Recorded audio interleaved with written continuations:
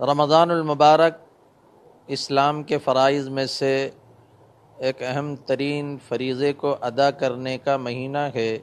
یعنی روزے کو ادا کرنے کا مہینہ ہے۔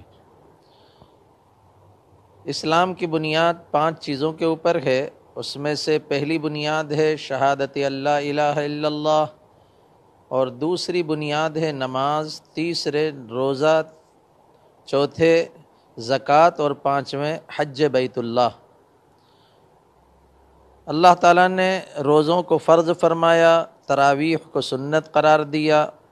رمضان المبارک کے روزے کے سلسلے میں قرآن پاک میں اللہ تعالیٰ نے خود یہ ارشاد فرمایا ہے کہ ہم نے یہ روزے تم لوگوں کے اوپر ہی پہلی مرتبہ فرض نہیں کیے ہیں، بلکہ جتنی قومیں، جتنے مذاہب گزرے ہیں ان سب کے اوپر روزہ فرض رہا ہے۔ یا ایھا الذین آمنوا کتب علیکم الصیام کما کتب علی الذین من قبلکم، تم سے پہلے جتنی قومیں گزری ہیں ان سب کے اوپر ہم نے روزے کو فرض کیا۔ روزے کی حالت جو ہے وہ تبدیل رہی، کوئی اپواس کہتا ہے، کوئی اس کو کسی اور انداز سے کہتا ہے، فاسٹنگ کہتا ہے، لیکن یہ کہ روزہ ہر قوم کے اندر فرض رہا ہے، کیونکہ یہ صحت کے لیے بھی مفید ہے اور انسان کی روح کے لیے بھی مفید ہے۔ دوسری بات یہ ہے کہ رمضان المبارک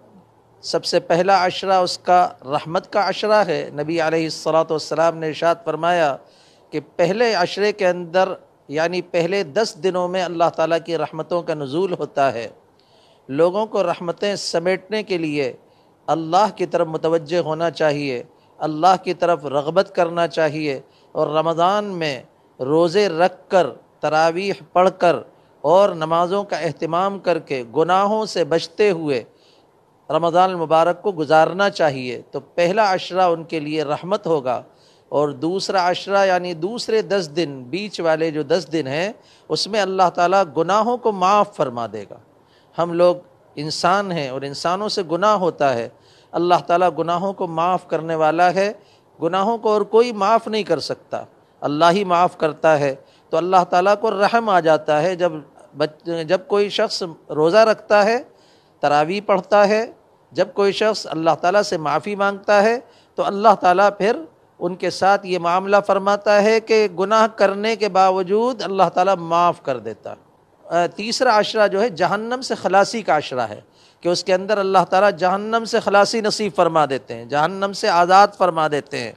کیونکہ ہماری سب سے بڑی کامیابی جو ہے، قرآن پاک میں اللہ تعالیٰ نے ارشاد فرمایا فَمَنْ زُحْزِحَ عَنِ النَّارِ، کہ جو شخص جہنم سے بچا لیا گیا، وہ جنت میں داخل کر دیا گیا، یہی سب سے بڑی کامیابی ہے۔ اللہ تعالیٰ رمضان المبارک کو اسی طرح سے، جیسے ہمارے اکابر نے، بزرگوں نے، اللہ والوں نے گزارا، جس طرح صحابہ کرام نے رمضان المبارک کی قدر کی، اور جس طرح نبی علیہ الصلاۃ والسلام نے ہم کو تاکید فرمائی، اسی طرح رمضان المبارک کو گزارنے کی توفیق نصیب فرمائے، اور خاص طور پر راتوں کو برباد کرنے سے، ادھر ادھر چوراہوں کے اوپر کھڑے ہونے سے، ادھر ادھر بھیڑ لگانے سے، ادھر ادھر کہیں پر آنے جانے سے پرہیز و اجتناب کریں۔ اگر غیبت ہو گئی تو اس کی تو معافی نہیں، جب تک کہ صاحب معاملہ سے معاف نہ کروا لیا جائے، اور غیبت سے روزہ پھٹ جاتا ہے۔ اسی طرح سے جھوٹ بولنا، تہمت، بہتان ترازی کرنا، جھوٹی باتیں کرنا، یہ سب اسلام کے اندر ویسے ہی جائز نہیں، اور خاص طور پر رمضان المبارک میں اس سے اجتناب اور پرہیز کرنا چاہیے۔